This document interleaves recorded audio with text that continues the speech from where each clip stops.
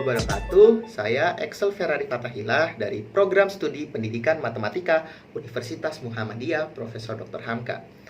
Dalam kesempatan kali ini, saya akan menjelaskan kepada teman-teman mengenai menu apa saja yang terdapat di aplikasi Karmetar, yaitu salah satu software matematika dalam pembuatan geometri. Nah, untuk selengkapnya, kita simak video berikut. Selamat menonton. Ya, langsung saja kita mempelajari tentang aplikasi software Karmetal. Nah, aplikasi software Karmetal ini merupakan salah satu aplikasi software matematika dalam mempelajari bidang geometri. Langsung saja kita mengklik 2 kali di aplikasi Karmetal ini, kemudian akan muncul tampilan. Nah, tampilan seperti ini. Terdapat menu bar, drawing area, dan toolbar. Nah, menu apa saja yang terdapat di aplikasi ini? Langsung saja kita ke pojok kanan atas. Nah, di sini terdapat gambar seperti kepala monyet. Nah, di sini namanya ini shaking contraction. Nah, shaking contraction ini adalah untuk menggerakkan bangun atau konstruksi yang nanti kita buat di drawing area ini. Nah, di sini di samping kanannya terdapat show atau hide left panel.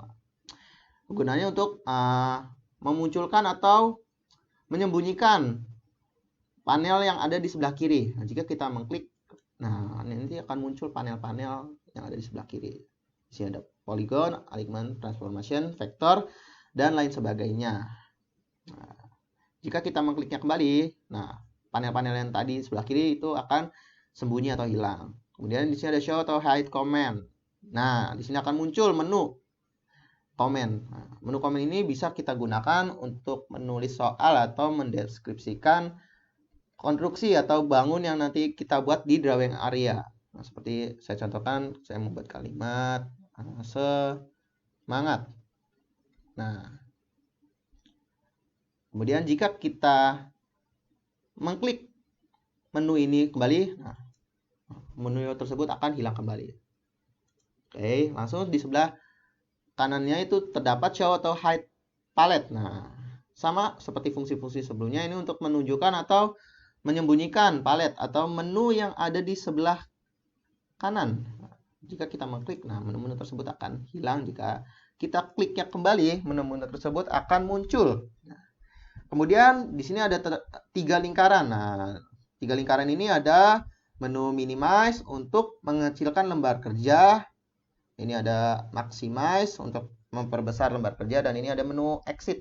Ini ada tanda silang. Nah, jika kita mengklik menu minimize, nah, worksheet itu kita akan sembunyi. Nah, jika kita mengklik tombol maximize, nah worksheet atau lembar kerja Karmetal kita akan diperbesar sehingga full seperti tampilan yang ada pada layar. Kemudian ini ada tombol exit jika kita ingin keluar dari aplikasi tersebut. Nah, lanjut.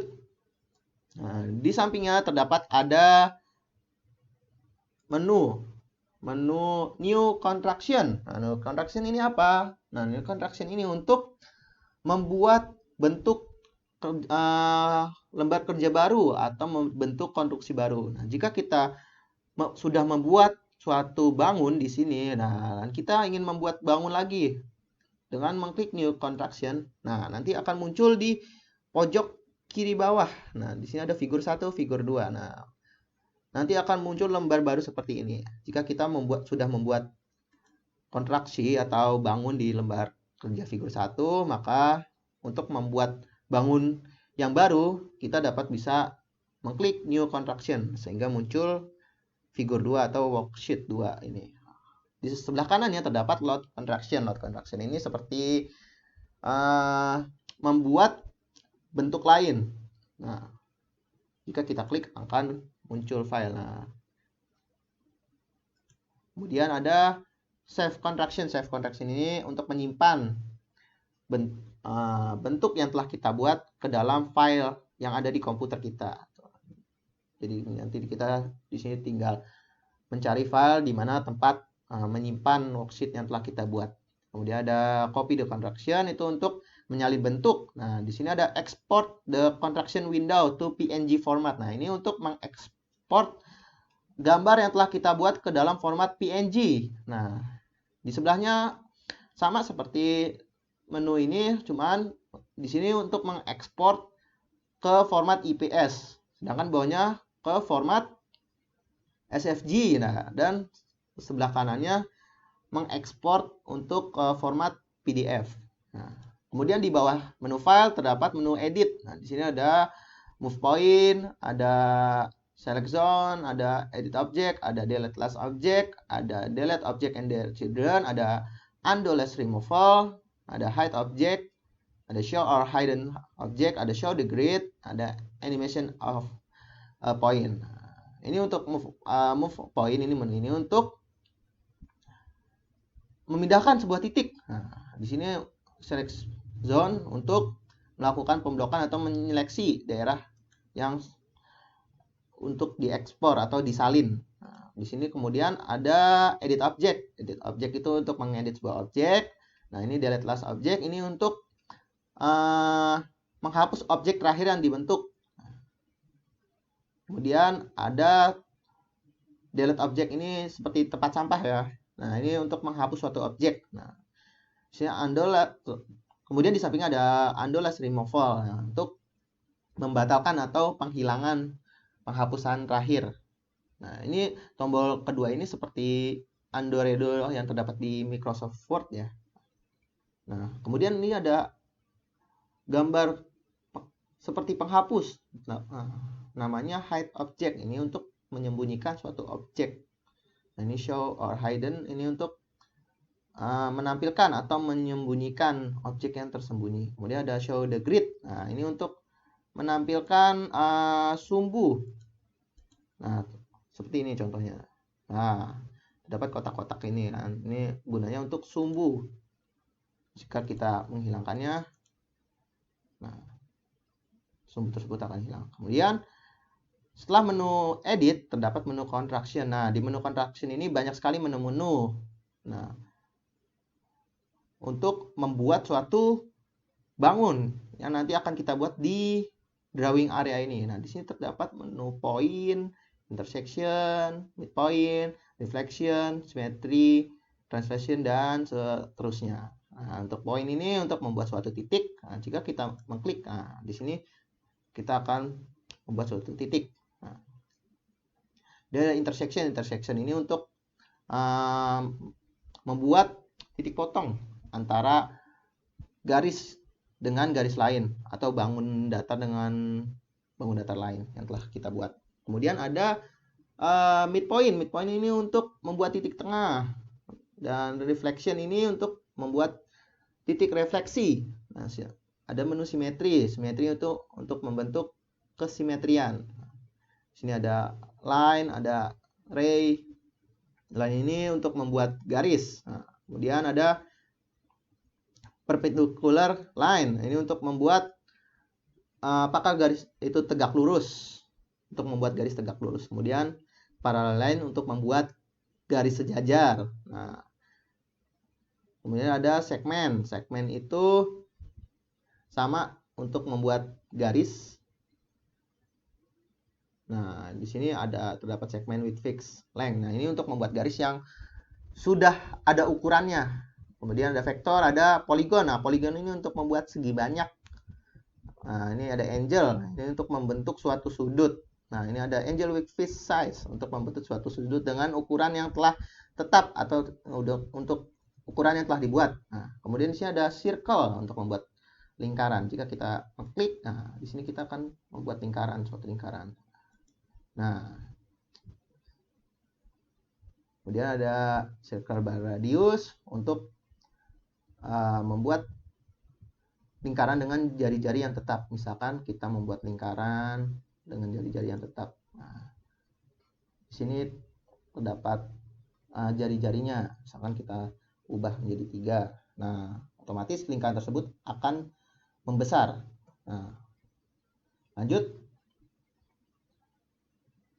Kemudian ada circle from 3 point. Nah, ini untuk membuat lingkaran dari 3 titik. ada circle to 3 point, ada circumference arc 2 point. Nah, ada conic section untuk 5 poin. Nah, ini menu-menu ini untuk membuat lingkaran. Kemudian multi-line text. Nah, multi-line text ini untuk membuat teks aritmatika. Nah, kemudian ada insert image with 2 or 3 point. Nah, ini untuk menyisipkan gambar dengan 2 atau 3. Kemudian di sini ada aspect and color. Aspect and color ini, nah di sini kita bisa dapat menentukan titik-titiknya dan bentuknya seperti apa. Misalnya kita ingin membuat bentuk kotak, nah nanti otomatis titik yang kita buat menu tadi yang point itu akan berbentuk kotak. Nah, kemudian di sini ada bentuk jejer genjang. Nah, jika kita mengklik titik-titik tersebut akan membentuk sebuah jejer genjang dan lingkaran. Ada bentuk lingkaran, di sini ada bentuk perkalian atau X. Nah, di sini ada bentuk plus atau penjumlahan. Nah, kemudian di sini ada warna serta ketebalan dari garis atau titik tersebut. Nah, kemudian terdapat menu function dan locus. Nah, menu function dan locus ini